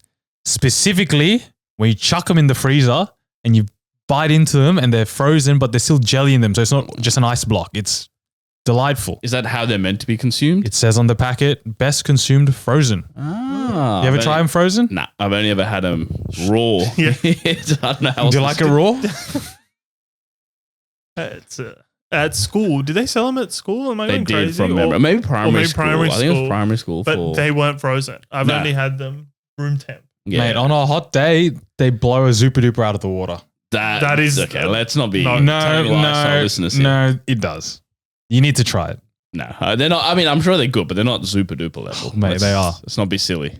And then number 1, Manu. Number 1, I have the versatile seaweed snack. Yeah, So you get them from an Asian store in honestly a pack of like 30 or something. It's like a big boy, hard to carry. And they come in the individual like plastic tubs, whatever. You get about 10, I would say, or something. Little sheets of seaweed. Light, delightful, flavorful as well. Can't go wrong. are you meant to eat seaweed by itself? I thought you were meant to like put it like wrap some rice around it or whatever. These ones you're meant to eat by itself because it's Okay. like prepared in a way where it's a snack, but there are other versions which, it's like the Mammy noodles. Those ones specifically, I'm meant to eat individually, but that bloke that brought in Maggie noodles to my school, the 2-minute noodles and ate them as if they were ready to eat, brother, you can't do that. No. Same goes for others. You can't eat sushi seaweed Gotcha. as a snack. I love seaweed. Big fan. I could delete. Do you like the original, just the salted ones or the just flavored salted ones? one. Nah, no time for that. Just the salted. This might be a hot take, but I think, you know how you're saying each pack has like 10. Yeah. 3 will do me. It Really? gets like You don't 2 delete the whole tub in like Nah, one go? like as in I do, but I'm the first 3 really good, and then it gets like I'm like I have to eat it because it's Diminishing open. returns. Yeah, it's real fast diminishing returns, but maybe. But they're this is so just light. Like you can like. I don't know. It's just And you just don't enjoy the flavor profile I think anymore. the flavor's like it's like very strong, or like it's its own thing, and I get bored very quickly. Fair enough. But it's versatile. You can have it with rice. You can chuck it in as send other dishes. So it's a good versatile snack as well. All right, we're up to you, Ro. We're gonna do a take 2 on the cafes. Ro, give us the top 5 Sydney cafes in your opinion. Yeah. So this is. You had a lot to heard- say about our top 5, I bro. did have a lot to say. Happy Field specifically. Yeah, I'm going to start with the honorable mention in response to the Happy Field choice. Look, Happy Field's fine for what it is, but I don't even think it's the best McDonald's dupe in Marrickville. There's which- another In one. that very niche category. Very niche category. Valentina's, which is just like a couple hundred meters down the road. Much better. No line, which is a huge thing. Happy Field, you're waiting an hour. And much better. And if you don't want that Macca's type, you get your different. You get the Mexican eggs and beans and stuff. It's incredible. So that's my honorable mention. Shout out. All right. Number 5. Number 5, St. Jude in Redfern, Surrey border. It is, it's right on the border. It is incredible. Small, like maybe sit 20, 25. Yeah. Okay. Like quite small. Great, like breakfast staples, kind of your bacon, eggs, toast, that kind of stuff. But done really well. Plus, from memory, they have like a few different sauces, like chili oil, that kind of stuff, but it's their own they make. Unreal just by itself. Like one of the best. How's the coffee? Very good coffee as well, which, speaking of, your list last time or at least some of them, talk about best cafes in Sydney, not one word, not one mention of coffee. And it's like, it's the first thing you order, isn't it? So You can take it up with Rohan. Do you have to line up for this place or can you reserve? I don't know. I don't think you can reserve. Line up, I mean, yes, but not an hour. No Happy Field hour. Happy Live. Field hour. Like you might have to wait a bit, but if you're patient, like you just get a coffee stand and you'll be kind of sat very quickly. Okay. Play on. Number 4. Niche, got a niche one. I think they're all going to be niche, brother. Afterglow Eatery in Epping. It's real niche. Oh, which one's that? Which one's that again? There's in the like an apartment block on Mobbs Lane, there is a new cafe, or not new, it's been there for a while, but new owners as of maybe 12 months ago. Firstly, they have coffee from owner, Oh. which, Okay, fine. which Yeah, as play I on. understand is very hard to get owner to supply your cafe. Like you have to be a decent standard or whatever. Very good coffee and incredible food. Like it just very solid. They keep changing the menu every few months, add new things and never miss. Like just incredible and huge portions. All hits, no misses. All hits, no misses. Good ratings as well on Google. Yeah. Just quietly. Incredible. But are they a place where, give us a Google rating, you get a free... Nah, none of that. So And genuine reviews. the other thing, and I remember this very specifically because it was my local for a while. I came back from Melbourne and I was like, in Melbourne I was drinking Magics, which is kind of the classic. And the barista goes, oh yeah, I really want to make one. No one orders them. And then she made one, but then taught all the baristas how to make one. So I walked in and they were like, magic. And so very good customer service. For the people who are not that deep in the Melbourne coffee lore, I mean, I know what a magic is, but explain what a magic is. Magic is a double ristretto instead of a double espresso. Double ristretto filled up 2/3, 3/4 the way with milk. It's like the people who order like a 3/4 flat white or 3/4 latte, but you lose the bitterness from the edges of the espresso. Just get the ristretto. Unbelievable. Just very few places do it in Sydney. I'm sure everyone does it, but it's not advertised, so people don't know. No. Most baristas will be able to make it. Okay, it's a cafe in Epping. So my obvious question is it like Asian fusion or is it just...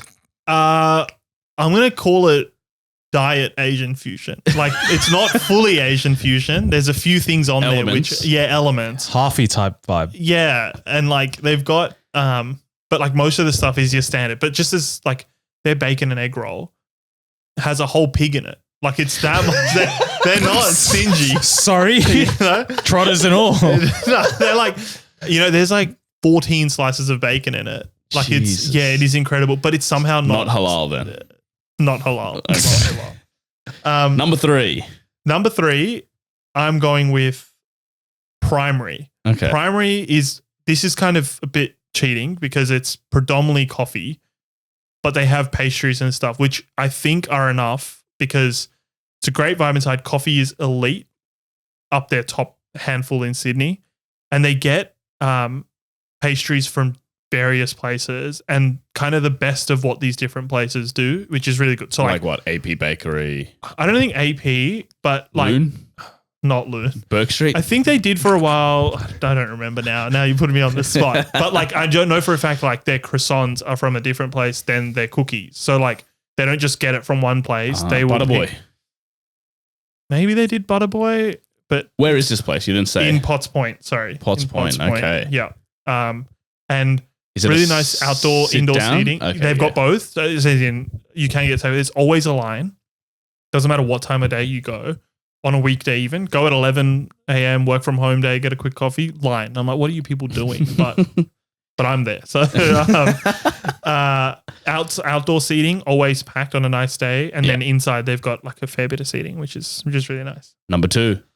Number 2, my favorite, if I'm just craving, as I said, breakfast staples, I just want a very good, like big breakfast. I want a very good bacon and egg roll, like standard, nothing crazy. I'm interested. Yep. Dad and the Frog in Surrey Hills. Sorry? It's called Dad and the Frog in Surrey Hills. It's 2 guys who Is it a run dad and Which one's the frog? Yeah, unfortunately, no frog. 2 guys who run it, and one of them, I'm fairly sure, is always cooking. Never have I had a bad experience there. There's indoor, or very little indoor, majority outdoor, but it's in like the seating's in this quiet lane. Weird, like in the sense of there's houses right near you, but it's just this really cool, solid cafe. Never had a bad experience, as I said. If someone's like, let's get breakfast, and they want kind of basic things, they don't want to go too crazy, that is the go-to. So they do the basic stuff very well. The best. Okay. Not very well, the best. Really? It's a big claim. Do they have any like signature items or like any wild things, or it's literally just like what you would expect at a brunch, but they do it amazingly? Exactly that. Number 1, which was a huge miss from the previous list, is Pina, and Room 10. They're kind of cheating because they're technically 2, but they're right opposite each other and owned by the same people. One downside, long line. Like I've waited 90 minutes for a table there. Okay, you had to go at Happy Fields and their hour-long wait, and now you're giving us a place Yes, that's 90 minutes. But that's because there's no alternative. Happy Field, there's the alternative. Pina, you cannot beat. The coffee is really good. I don't drink matcha. I'm not a big matcha person. You know, but no, I don't drink matcha. But there's the strawberry matcha, which I'm told is incredible. I think my missus has gotten that. She said very good things. The food there. So if talking about highlights, they do. Well, firstly, their chili scrambled eggs. They do sell their own chili oil. It's not Lao Gan Ma. It ain't Lao Gan Ma. it's not Lao Gan Ma. It's this weird like sweet-ish chili oil. It's very unique. Really good. And they do a special, like constantly changing. They did a steak and eggs one. They did a Turkish breakfast, like sausage and eggs. Really good. And also, so I don't drink, so coffee's good. I don't drink matcha, so I don't go down that path. But I remember when I was there with my partner, she ordered a strawberry matcha and the person serving was like, well, you need to get something, like a cold drink, because that was after we had already had coffee and eaten. And I go, I don't drink matcha. I don't really want another coffee. He goes, oh, we make a homemade strawberry milk. Strawberry milk. Strawberry. So I got a homemade strawberry milk in a mason jar. It's like thick strawberries. I think it's the same they use for the strawberry matcha, but with milk, just milk. Paid $9 for it, but incredible. Really? Better than Oak? 10 times better than Oak. Big M? Better than Big M, better than Farmers, whatever, Dairy Farmers, better than Farmers Union, Damn. better than all of them. the best strawberry milk I've had. Yeah. Oh, well, now I want to So try you're saying it. the best cafe in Sydney is Pina. absolutely, without a doubt. Right, and moving on to you, Senny. Give me your top 5 most useless degrees. All right, number 5, I've got medical science straight off the bat. Like, unless you're using that to then, go do your GAMSAT and try and get into proper medicine, and actually get an actual job, there's actually no need for medical science. Have you ever seen on a I've job never ad- heard of a person that has not used MedSci as a gateway Correct. to medicine. But then obviously there's people who unfortunately don't make that, jump to medicine. So what do? Anyone hear from those people that did MedSci? I have no idea. Does anyone know what a MedSci degree gets you? Like, what jobs can I get with a MedSci degree? I don't know what MedSci is. Exactly. So number 5, MedSci. Number 4, I got all the languages combined. So if you had a Bachelor of Spanish, Bachelor of French, even a Bachelor of English, why? Duolingo does the exact same thing and you'll save yourself 40 grand. Yeah. I can't disagree. I didn't know they had degrees for. Yeah. You can get Bachelor of Languages. Right. I can, right? You can, right? I think, or you get a Bachelor of Arts and major in the language Yeah. at least. That I know is a thing. That seems like a waste of money. Well, again, tell me, what jobs can you get with like if you want to be like a school teacher and teach those languages, I still don't think you need a Bachelor of whatever language The that is. only thing I'll say is there are some jobs where I think you need the formal accreditation. Which Yeah, is but you can get probably an accreditation indictment about the job. Yeah. Then, but like I know people who've learned Arabic specifically at uni, and then they get into like intelligence and stuff, which is What are you trying to problematic. say? Yeah, problematic. But like, Why Arabic, bro? no, I don't know. But they get into like government and that kind of stuff, and like okay. diplomatic things. But I I don't feel actually like- know what any of those people do, but apparently you need the degree. I feel like you can get accreditation for these languages. Like you can get official certificates and stuff. Whether you need a whole ass degree for it, that's where it begs the question. Yeah, I don't know. All right. Number 3, a Bachelor of Communication. Like, what do you like? I looked it up. It's to get into like radio and stuff. Got to communicate, mate. Mate, you don't need a degree for that. Can you talk? Can you press a Yeah. button that says, play Taylor Swift? Maybe though, if Marty Sheargold got his Bachelor of Communications, he wouldn't have made his little Said those misstep. things. Yeah. Again, I don't know why you need a Bachelor of Communications. It makes no sense to me. Number 2, Bachelor of Philosophy. What is this? Is this ancient Greece? Ancient Rome? We don't need philosophers anymore. You don't want to Pick up spend a 4 shovel years. and dig a hole, brother. You don't want 4 years studying Plato and Socrates and all them lot. Nah, we've done enough thinking, bro. We're in the era of doing. We need doing. Dig, Go- baby, go- dig. Dig baby dig, coming from the guy who sits at a desk 5 days a week. On bloody Microsoft Excel. dig. Mate, we have a massive manual labor shortage, all right? So I need blokes to get out there, put the Aristotle away, and pick up a digger, brother. Pick up a spanner. Do you want to do it? Nah, not me. I mean the newer People, generation. Yeah, people. And finally, number 1. The most useless degree, Sen. What is The it? most useless degree is a Bachelor of Creative Arts. Isn't the whole point of art is it's meant to be counterculture? You're meant to be out there, learning about the world, and you're meant to express yourself. Why would you be in a uni lecture hall or in a study hall learning, books and stuff? You need to be out there expressing yourself. What part of creativity comes from? You got to learn the history, the fundamentals, all of this and all of that, to then put your own spin on the art, Sen. Man, how many great artists went to uni? Tell me that. You reckon, the Beatles? You reckon Leonardo da Vinci went to uni? Fact check that. He actually might have. I have no idea. It seems like the type, but I can't give you You that. reckon Michelangelo went to a uni? You reckon they had uni back then? No. Nah, man. These great artists, they just did it, man. Again, pick up a shovel, brother. It's the same theory. Pick up an easel and a paintbrush. Fair enough, Sen. Fair enough. All right, Migs, you have top 5 work perks. Alrighty, in 5th, I'm going with the free barista coffees. You're in the office, your office has a floor, there's a barista dedicated to your company, and they can give you unlimited free coffees. I'm putting that in 5th. 5th. I have another hot take with this. Do we think that office baristas are going to be the good baristas, or are they getting? I think they're going to be good, not great.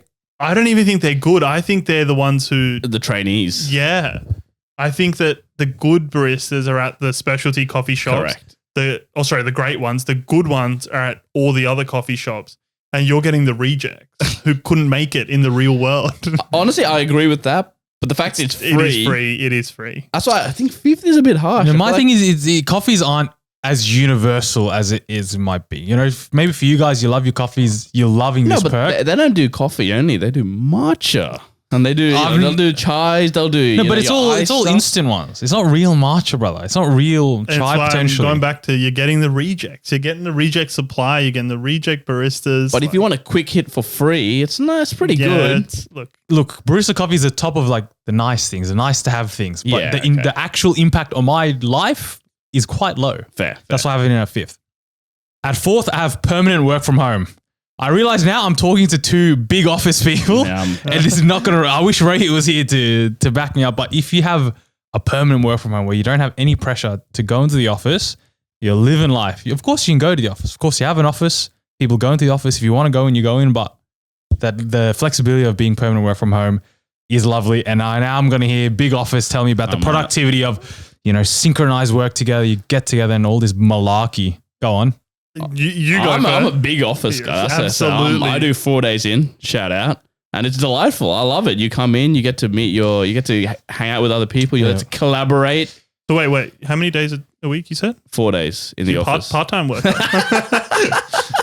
5 days in the office. Work from home is an exception. Get in the office, do the job you got paid for. First of all, you work around the corner, so it's not that bad of a thing for you. Mate. I don't get. Mate, I have the metro, baby. You stand metro straight do to you my stand on the doorstep. metro? Oh, I sit. There you go. Mate, You I'm get on a the seat. second stop on the metro on the way in. So I don't even get it. it. Guaranteed seat. I'm not getting a seat on the metro. That's the most annoying part, bro. By the time I get to the office, my legs are tired. Mate, my back hurts. I've almost mastered the art of sleeping on the metro to know exactly when to get off at my stop. It's delightful. I can see the benefit of work from home. Not for me, but I can imagine if you've got family, like kids or something, I can see. But coming from someone your age, Miguel, I cannot understand. Work from home is a privilege, and I feel like people are taking advantage of the generosity of these great companies who are giving you this privilege, and you're spitting in their face by taking the piss. And this segment is sponsored by Dexus Property Management. Sorry, I think you have to say Charter that legally. Hall. Yeah, Charter Hall. Oh Dexus. my god. Yeah, number 3 now. All right, in at number 3, I have a company car. Yeah. So if your company's giving you a car that you can use for whatever purposes you'd like for the entirety of your time at that company, that is an unbelievable perk. Yeah. Because typically they'll pay for petrol potentially, but they'll definitely pay for rego, maintenance, all this and all that. Those costs add up significantly. Yeah, I mean, cars are expensive these days. Petrol, rego, insurance. If all of that is covered, you're saving tens of $1,000s a year easily. No questions about this one. This is. I'm actually surprised this isn't higher up. 3 seems low. But I don't hear about it that often anymore. Yeah, I think it used to be a thing, very common that people would get company cars. But I think it's just not no one ever says, "Oh yeah, work, got a new job, they're going to give me a car." I feel like it might be I feel like salespeople surely would get, if you have to go around driving to clients or potential clients and pitch, surely a car makes sense. But us office workers, I mean, we're never going to get a company car. They don't even have a spot to park it in, mate. Yeah, we have friends who do jobs that require them to drive and stuff. Yeah. They get told to use their own car and then they claim They get cents reimbursed. back or whatever. Yeah. But I don't know. It's just not common. Yeah, it's dying. Yeah. It's a shame. All right, in at number 2, I have free private healthcare. Now, I've put this above the free car because private healthcare is for absolutely everyone. Yeah. Car, most people drive, not everyone drives. Yeah. Private health, mate, especially companies, they get you the top tier package. True. Man, that's a big weight off your shoulders. You can do whatever you want, really, and you're going to get covered. And I think a lot of these American ones as well, American companies, when they give you private health, it covers not only yourself, but your spouse or your partner or whatever. So it's 2 for 1. Back then, I was living off my dad's free private health from work. I was getting all sorts, mate. Also, even your family, your kids. Yeah. Oh, that's a cracker I'm a dependent, deal. mate, under the taxation laws. Yeah. At least that's what you're claiming. Yeah, I'll claim an F, mate. That's a huge one, especially because, as you say, you get the best package. They give you all the extras.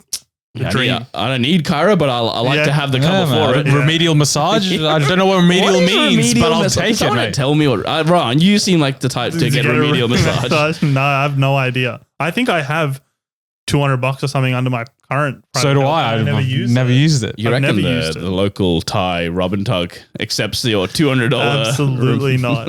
And I actually looked at it and I was like, should I get not the time? I was like, should I get it from one of those like a city cave or one of the wellness kind of Yeah. places? But an actual official remedial massage, it's like $150 for 45 minutes. And I was like, I'm not dealing fuck with that. that. Yeah. All right. Number one, the best work perk for me is a 4-day work week. So you can work Monday to Thursday, let's say, and now you can plan a 3-day weekend. That is true. It's flexibility. The weekends aren't long enough, I feel. By Sunday night, if I've done a lot of things on the weekend, I'm tired by Monday. By extra day, I can feel a bit more refreshed. Can I say though, I know Here we one go, person big who's office. working 4 days, like as their company is trialing 4 days a week, or maybe it's 9 days a fortnight, but the same kind of thing. They end up, like, let's say you're doing 4 days a week and you average, let's say 8 hours a day.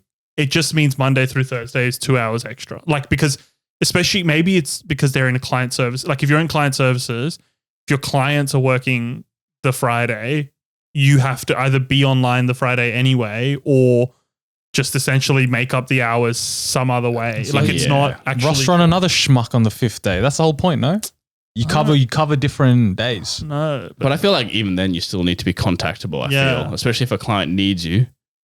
yeah, I think it's a great idea in theory, but until the whole world, like right now, generally you're pretty clear on the weekends because the whole world is accepted, or Australia is accepted that Saturday, Sunday are free. Like until everyone does it, it's not going to work. There's going to be friction. Let's say you're not getting pestered on the Friday. You don't have- It's delightful. It opens up a whole world of things, I feel. 3 days, 3 whole days. Wow. And if you take the Monday off as well, that's a cheeky 4-day weekend. I think that people will not be taking the Monday off. Rohan, you're up next, and give us your top 5 most underrated drink spots in the city. All right. Number 5, probably some people know about it. I think it's relatively empty a lot of times.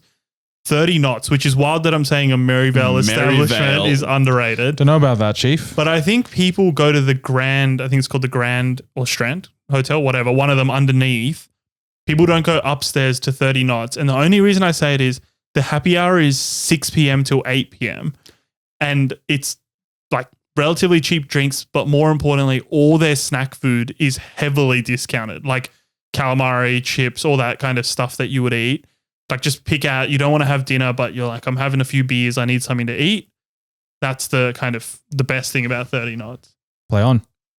Number 4 is Metro St. James. Real niche again. Metro St. James. It's attached to St. James Station. Oh. Yeah, so it's in kind of No Hyde way. Park. Yeah, no. So like a concourse bar sort of vibes? Not a concourse bar sort of vibes. Not at all.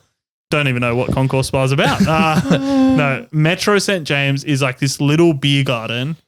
I have seen it. Yeah. It's right in Hyde Park. Yep. They've kind of got this like white picket fence kind of thing around. Mm-hmm. Food, slightly expensive, but drinks are relatively okay price. But it's great in summer because you get, firstly, it's not packed. You always get a table and you're just sitting outside in the park. No cars really driving past. Like very unique for the city. Yeah, right. And Hyde Park, slightly away, but not too. It's an easy one to miss. Like I walked past it the other day and I'm like, what the hell is this? Because I saw like people just sitting outside having drinks and I'm like, I've never seen this spot before in my life. I thought people maybe BYO'd stuff. No. And then I looked and I saw it was like a venue of some sort. Yeah. So, yeah. And their beers, they do, I don't know if like I don't think they brew it, or maybe they brew it there itself, but they brew it somewhere. It's their own brand. Okay. And they're all pretty good and they change pretty frequently. All right. Play on. Number 3, the CTA. So this is one of those, if you know, you know. Call to action. I think it stands for Commercial Travelers Association. Of course. It is, if you've ever been in Martin Place near like Messina and all of that, that big mushroom looking thing, it's underground. So you have no reception is a problem. They make you sign in and sign up to be a member or something. Once you go in, I think it's $12 jugs of beer, and there's no hour thing all the time. It's firstly, it's a time warp. It's like you're back in the 1930s, I imagine, 50s. I have no idea. The carpet, it's red carpet on the floor, on the ceiling, and on the walls. What? It's just this old crappy carpet.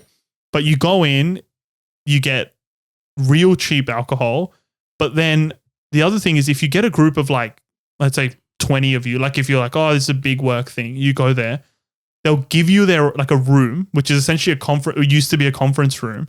They say, bring your speakers, bring your own food. We don't care.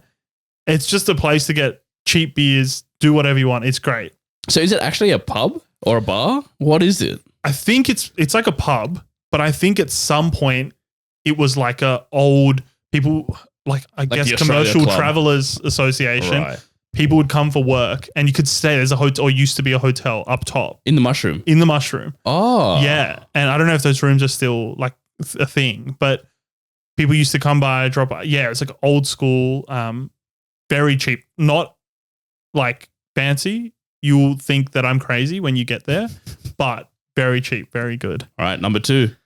Number 2 is Fix Wine Bar, which is on Elizabeth Street, kind of halfway down near the David Jones in the city. I think people don't know about this place, and it's, again, slightly out of the way. Like you're kind of getting out of this, or you're in Town Hall, but kind of getting out of the corporate hub. But wine bar, incredible happy hour as well, both for food and drinks. It's $7 beers, $9 glasses of wine during happy hour, but they also have substantive food. Like if you want to have dinner there, you can have dinner there. Like a cheeseburger, $19. I think they even have steak frites on their happy hour. Oh. Like it's really good food. And the staff there are incredible, very knowledgeable about wine. It's great experience. And there's outdoor and indoor seating. I'd hope so at a wine bar that they were knowledgeable about wine. But yeah, outdoor. The only downside is it can get a bit loud because of traffic. Yeah. And if you're sitting outside, but it's also undercover the outdoor seating. So that's good. It's weatherproof. Fix Okay. Wine bar. The last one, and I'm going to get in trouble for saying So this. number 1. Yeah. Number 1, I'm going to get in trouble for saying this because this is my partner's recommendation. She has told a few people who have stole it and then say it as their recommendation, which is exactly what I'm doing right now. So your My number one is Disco Pantera and Tigra, which is I didn't understand any word you just said then. So Disco Pantera and Tigra, they're 2 bars. Tigra's downstairs, Disco Pantera's upstairs. It's on, I think, Bridge Street. It's near Circular Quay. I forget the. Okay. It's kind of near the opposite AMP building. Okay. Down that side of town. It's very easy to miss. Oh, like near Grana. Near Grana, just Okay. before Grana. Okay. It's very easy to miss because it's kind of like one small door and there's a sign there, but you kind of just ignore it. Incredible happy hour. But the best part of it is they do cocktails, wines, beers, like anything you want. Really like kind of interesting food. Anchovy toast seems to be very popular. Right. But the best part is you walk in and you think, oh, this place looks really cool. There's no chance we're getting a seat. And for some weird reason, that place has just not got the number of people that everywhere else in the city does. So Are you invested in this place? I am not invested in this Okay. place. Is your partner invested in it? No, but if I can get a partnership, I'm not Not complaining. not complaining. But I think worth looking at. I'll be very upset if now I don't get a table because people are going there. But Disco Pantera and Tigra. All right, last one for today. Seti, what are your top 5 Sydney charcoal chicken places? Number 5, we got the staple, El Jana. Can't Fifth. go wrong. Yeah, I mean, they've slipped a bit. They're now mass produced, going down the private equity course, apparently. Yeah. So they're now in Melbourne as well. So the standards have slipped, but they're still pretty good. Can't complain. And you got to get them on the list because they're the pioneers in this space. Correct. Yeah. Correct. You Pay some got to show respect. respect. You got to show respect. Number 4, Sen. Number 4, I got Henrietta's. It's like El Jana's, but better. They're in Surrey Hills. Yeah. They're in Surrey Hills. They do exactly what El Jana does, but honestly, it's a tier above it. It's class. I really can't complain. I've had the wraps there, I had the chook there, I've had the chips. The garlic sauce, I would say El Jana's is still better, but it's just clean. I can't really complain. Yeah, that's the best part of Henrietta's. It's like you don't feel crap after eating it, despite it being charcoal chicken and garlic sauce and chips and stuff. Number 3, I've got Silver's in Petersham. Ooh, I'm a big Great fan. What do you guys like about it? I think, one, it's just like an old family-owned business, and chook is incredibly juicy. It's Portuguese-style chicken, so it's got its own flavor. It's not just the charcoal. Incredible. Actually hard to get a table sometimes, but you can get takeaway, and it is just so good. Do the chips well, the sides well. I got pork belly from there one time. Even they do that amazingly. It's cracker. All right. Number 2, I've got Hawa chicken. So the enemy of El Jana, if you will. The classic battle of the Granville chickens. Correct. The El Clasico. And for me, Hawa comes out on top. I think just their chook alone is just so juicy. Yeah, I've never tried it, but that's all I've heard. The chicken at Hawa blows at El Jana at the park. Is that true? El Jana, often the complaint is the chook is too dry. Hawa chicken, without fail, every time I've gone, has been so juicy and tender, and it's beautiful. And the garlic sauce is pretty much the same as far as I can tell. Yeah. And Hawa, you can get a seat. It's a huge thing. Yeah. El Jana in Granville, tiny little shop, hard to get a seat. Hawa, easy. Always going to seat there. No issues there. And number 1, of course, it's Frango's. It's always got to be Frango's. I mean, what more can we say? Frango's is the GOAT. There's one. They opened one up on Clarence Street in the city, and I have gone way too often. I've just introduced new people at work to Frango's, and they have agreed it with me that it's the best chicken in Sydney. Are you a half chicken man or the burger? So I used to be a big burger man. Me and Manu, first year uni, first year uni, or maybe it was the second year. I can't remember. But there was one semester in uni where me and Manu went every Tuesday afternoon. And I smashed the half burger and chips. Back then it was $12.50, including the sauce on the chips. Now they charge for it. Hurts, but I still pay for it. $12.50, and I swore by the burger. Now I've come around. I'm a half chook man through and through. There's a lot of complaints about the bread being too bready, the cheese not tasting like actual cheese. Sometimes you just want to just sit there and just, munch on the bones, man, that they give you. It's something primal about it. Just getting the sauce all over your hands and just knowing that you got to go back to work with the belly full of chook. It's honestly, nothing gets better than that. So for me, Frango's without a doubt number 1. Interesting list, Senny. I think Frango's number 1 is a controversial pick, but we'll see what the people have to say.